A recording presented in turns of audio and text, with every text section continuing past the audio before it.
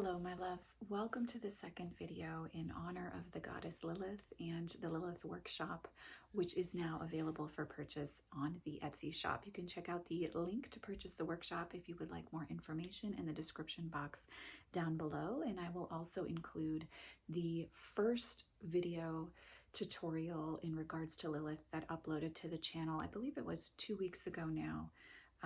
There are 2 videos for Lilith that include tarot spreads and a little bit of a tutorial aspect that are coming to the channel free of charge as my way of saying thank you to all of you, but also so that you can feel a connection to the goddess Lilith, whether investing in the Lilith Workshop is something that's accessible for you or not. So welcome to the second video in this journey. If you have purchased the Lilith Workshop, then this tutorial as well as the others are additional offerings for you to enjoy.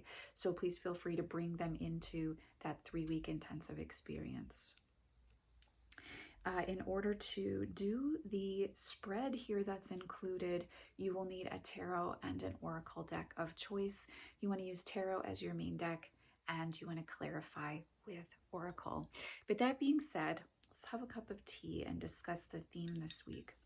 Something that has come up very strongly in my personal walk with Lilith over the last year, but I will admit something that's come up as a theme for me many times in life, is the way in which others can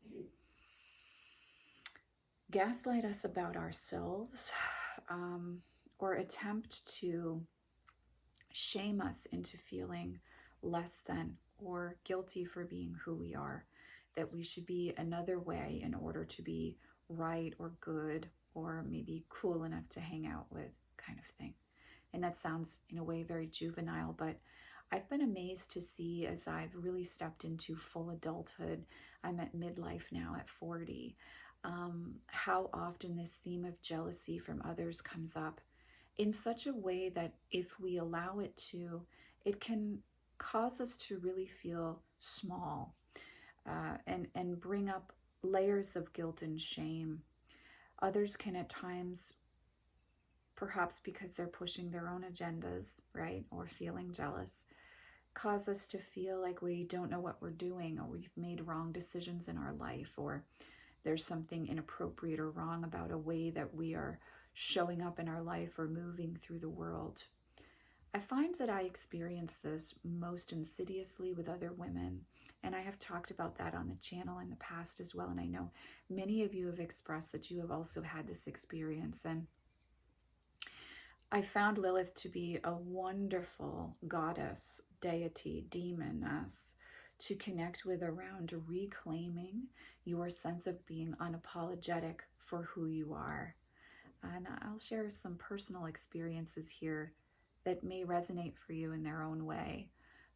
A predominant way that I've experienced this sense of shaming that can happen from other individuals has to do with other women who felt a need over time to let me know that they felt a way that I was addressing or moving through how I choose to express myself in my aesthetic in my life in a way that they felt was exposing too much or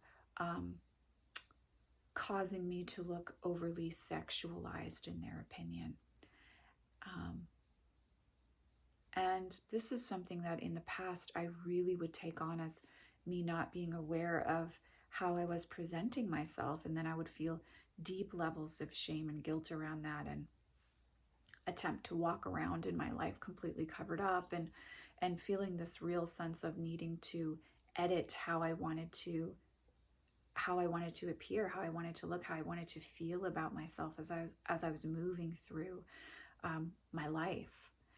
And I found that this reappeared in a lot of ways once I started being the soccer mom and the basketball mom with the other mothers, women who would feel uncomfortable about how I looked or feel a need to make a comment or put me down in public settings.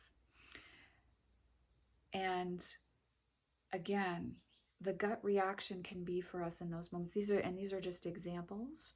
and I'll give some other examples in a moment as well. But this sense of shaming that can happen from others, it happens in those very public ways. You know, that woman that feels a need to say something at the grocery store, the other mother on the soccer field that needs to put you down. What I found even more insidious over the last few years, though, is how this shows up in intimate friendships, where women will find other women, particularly, at least in my experience, will find other ways to really take you down in ways in which you least expected it, by making snide comments about your personality or maybe a pattern you're experiencing in your life, and instead of showing up in a friend capacity, taking advantage of that moment to cut you down. And those moments can be, I think they're often the most insidious because they happen from corners in your life where you don't expect to have to defend choices you've made or who you are, or even how you're learning and growing through mistakes that you've made or through experiences that you're having.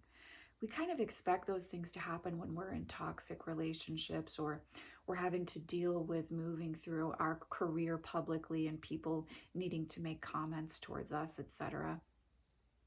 But when it comes from kind of the innermost realm, it can really feel like a betrayal and a real sense of women cutting each other down. That's just really gross. And I found Lilith really coming forward over the last year for me personally in encouraging me to be unapologetic about myself, my life, my choices, even when they're wrong or lessons. To be unapologetic about who I am, and to feel within the self a sense of an inner compass and groundedness that others cannot knock down or take you down for. This has been life-changing for me because it's allowed me to move through the world over the last few years in a much more calm and secure way, where when others make a snide comment or try to bring me down or cut me down to size, I can remember and connect in with Lilith's energy of being unapologetic for everything that comprises and makes me who I am in the world. In the same way that Lilith is unapologetic for her sexuality, for her femininity, and for her power, even when it makes others uncomfortable around her, even when others, perhaps God himself, wanted to mold her a certain way, there was a confidence in her refusal. And this is something that through walking with Lilith, I've really been able to come to embrace in my own story. And then when I'm interacting with others and I notice that there might be an agenda to cause me to question or to doubt myself, or to feel insecure about a certain aspect of me or life choice I might be making, or even a parenting choice I might be making. To come back to, Lilith always reminds us to come back to what is in alignment with our truth and our story. And if we are acting and interacting with others from that space of being tapped into our truth and walking in alignment with that, then another person's opinion or a way in which someone wishes to manipulate you to get you to feel less than, interact with their plan in the way that they wish us to, doubt ourselves, be quiet, not speak up, not take up space, not be ourselves. Lilith really comes forward to help us be grounded enough within so that we don't need to be manipulated to another's course, to another's reality, to the way in which others have sold themselves short. And instead we can be tapped into the truth, the inner compass, the resonance within. And I think this has been immensely helpful for myself in my own personal journey, working with Lilith in this regard, to stop apologizing for who I am and most of all, to stop doubting myself, so that when I have to interact in a group situation or in a community setting and others feel uncomfortable by my energy, it's no longer a reflection on me. It's more about whatever is coming up for them. And I don't have to apologize anymore. And I don't have to be loud in who I am, but I can be comfortable in who I am and choose to express myself in every way, shape, and form in my life in the way that is in alignment with my story, my journey, and my expansion and growth. And when we look at Lilith Smith and when we interact with her intensity and her lack of apology for being an intense face of the dark feminine, we start to expand around that for ourselves and find comfortability in our skin in ways that allow us to show up empowered. And I love the idea that while others may be confronted by a shadow aspect of themselves when they see a woman empowered, it's also an invitation for them to reflect and explore within themselves what empowerment can look like for them. And more than ever, I find empowerment a stillness and a groundedness. It's less a need to be loud and over the top. It's much more a sense of surety within self that cannot be taken by others. It is the Nine of Pentacles. It is the Nine of Skulls. When we are so independent within ourselves and so in alignment with our truth and our story and our experience, that we do not require another's approval in order to feel okay within ourselves. And this is what Lilith did not need. She did not need a man's approval, God's approval, another woman's approval in order to be who she is. And so I encourage you to reflect on and journal around, what would it be like to not need another person's approval in order to feel okay in my own skin? What would it be like to not need the approval of an organization or a spiritual belief or a community ideal in order to feel okay in my own skin? And what is the grounded center within me that no one can take from me, no matter what, and that I can come back to in those times when others may wish to manipulate me around guilt and shame, to act and behave in a certain way? And what I have noticed that has played out for me a great deal in those really intimate relationships in my life, whether they're with a lover or someone that I might consider a soul sister, is that oftentimes others wish, when we're having an experience of manipulation and control and games being played, right? It's often that another wishes to bring us down to their own level of self-loathing. And when we interact with Lilith in those moments, when we say, wait a second, I need to stop here and I need to sit with, like, am I acting in a way that's inappropriate, or am I acting in a way that's a call for attention? And if I'm not, then how can I be in alignment with my center, with my inner compass, my inner truth, and not sink to another person's level of self-loathing? And from that space of questioning in those moments, we can set ourselves free from another person's box. And when we do that, again, we provide an invitation for the other person to maybe love themselves a little bit more. And we also refuse to participate in a storyline that's not ours to experience, in the same way that Lilith left the Garden of Eden. That story was not hers to play out. That story became Eve's to explore. Her story was another story. Her story within hell and the underworld and the desert of her existence was something else for her to define and understand. And the more tapped in we are to what our story is and what we want to show up as and engage with, the less time we have for the games and the petty bullshit, which allows us to have a lot more freedom in our story, a lot more stillness, which can be uncomfortable, but is necessary and becomes a joy, and a lot more presence.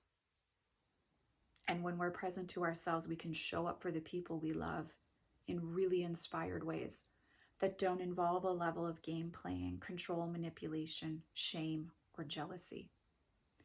So this spread has been crafted around the wisdom that I've been able to access through dialoguing with Lilith around themes of jealousy, guilt, and shame, when others want us to feel less than, and when we say yes and engage with feeling less than.